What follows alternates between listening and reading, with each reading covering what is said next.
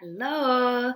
Okay, just wanted to give you a quick note as you all head in, many of you today or this weekend, into your vow of silence or day or half day of silence. A quick share I forgot to actually do at the class is why this came to be and the purpose.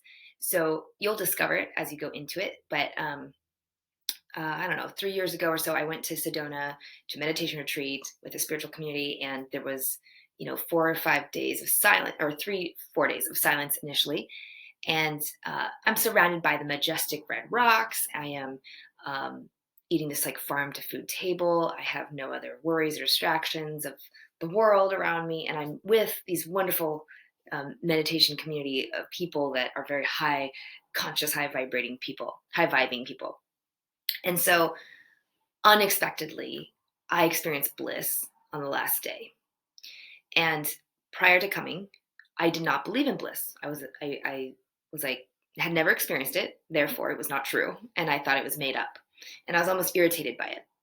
Uh, and when I experienced it on that last day, I I fell in love with myself in a way I've never experienced, where I didn't need anything, anyone to make me feel this so supremely happy. And all I wanted to do was be with myself in silence. Like it it was glorious. And that high lasted for several weeks afterwards. I was surprised. And so at the time I just attributed it to, oh, clearly it was a meditation retreat and the people I was around and the environment, which absolutely made an impact.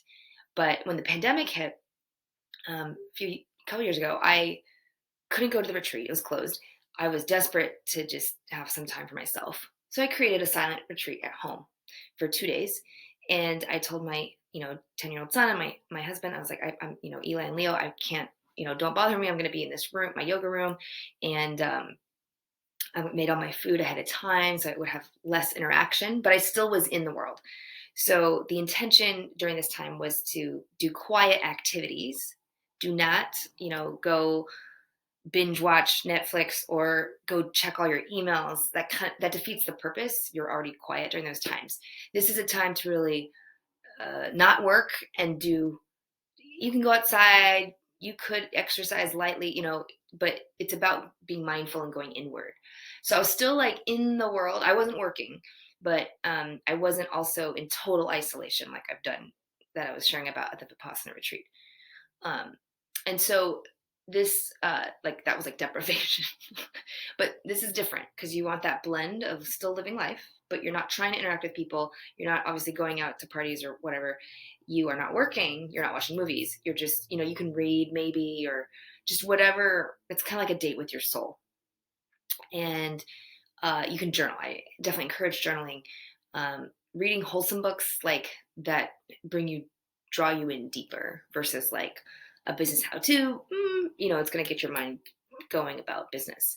So choose your actions wisely and take this time to really just be with yourself. Anyway, so that's what I did and how I did it. And only after a day and a half, I was taking a boat ride with them and in silence. And they were curiously like, how's, Aunt Mom going to be, they were quiet. It was very interesting. So the first thing I noticed is they quiet down when I was in silence, true silence. And um, and I don't cheat, which I kind of did initially, which was like do charades and like write on a piece of paper to communicate. Like ideally, don't communicate much, but if you need to, you can write stuff down. So we're there on the boat ride. There's this gorgeous sunset, and I I get hit with that same bliss. Except the circumstances are totally different. We're in the pandemic. We're in lockdown. I'm with my family, and there's no spiritual community, no majestic red rocks of Sedona, no, advance for 3 days of silence. All of that environment was gone. And that's when I realized it wasn't any of those things that caused the bliss, which I really at that point thought it was. It was me. And not just me, it was me discovering myself in silence. That there was an untapped, boundless energy source in my heart that I could then experience this endless flow of love and of self and it I just was moved with being alive and just totally present.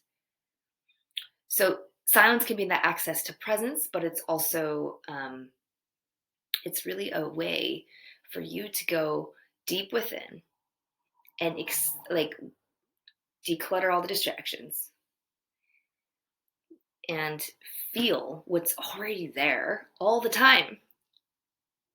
We just have usually too many distractions.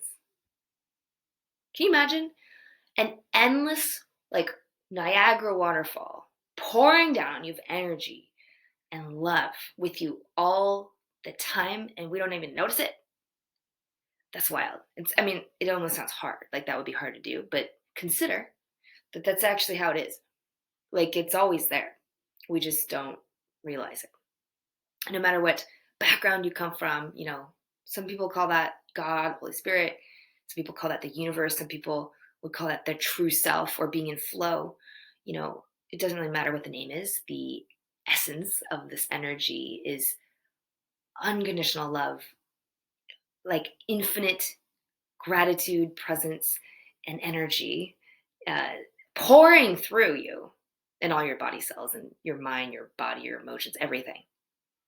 So it's just simple, and you're still, and you're happy, and you're peaceful. And that's what I want you all to experience.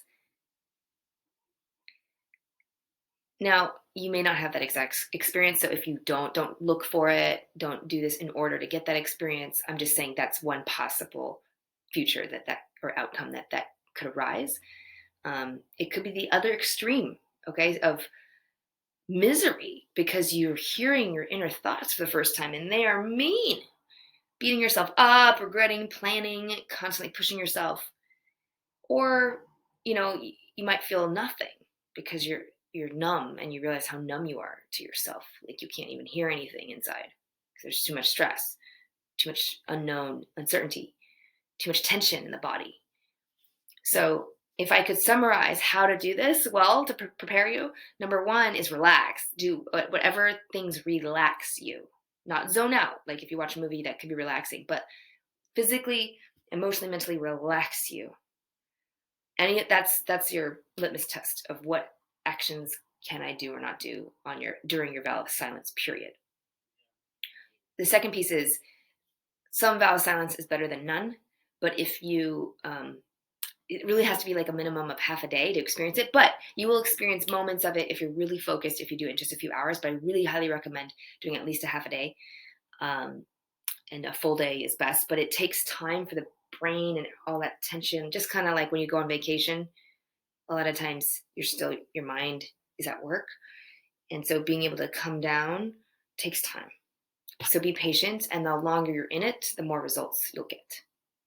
Similar to when I sit for an hour meditation, I don't have a really fruitful meditation often, typically until after the first half hour, because it takes that long. And this is just science. It takes like 20 minutes for the brain to switch tasks. That's why multitasking doesn't work as well. And so you want to allow enough space and time during your vow of silence to have the brain settle down, do some yoga. I put a link in there I'll put a link for a yoga on my YouTube Energy TV channel that you can use during this time as well. What else? And I think that's it. So to recap, make sure that on your vow of silence, you pass the litmus test of, is this relaxing my body, mind, and spirit? If it's not, it's amping it up. Don't do it. Number two, it's a blend. You don't have to completely go isolate, but definitely don't go in crowds of people. You want just a regular blend of your day. Number three, make sure that you let and prepare your environment of your family to leave you alone. So they're not constantly interrupting you. And prepare your meals ahead of time if you need to. If you have to communicate, do it by note taking. And that is it. So again, journaling, yoga-like things, reading that fuels your mind with wholesome, pure energy is all great things to do. So I'm excited to see what comes out, and we'll share that on Monday. And we'll go from there. All right.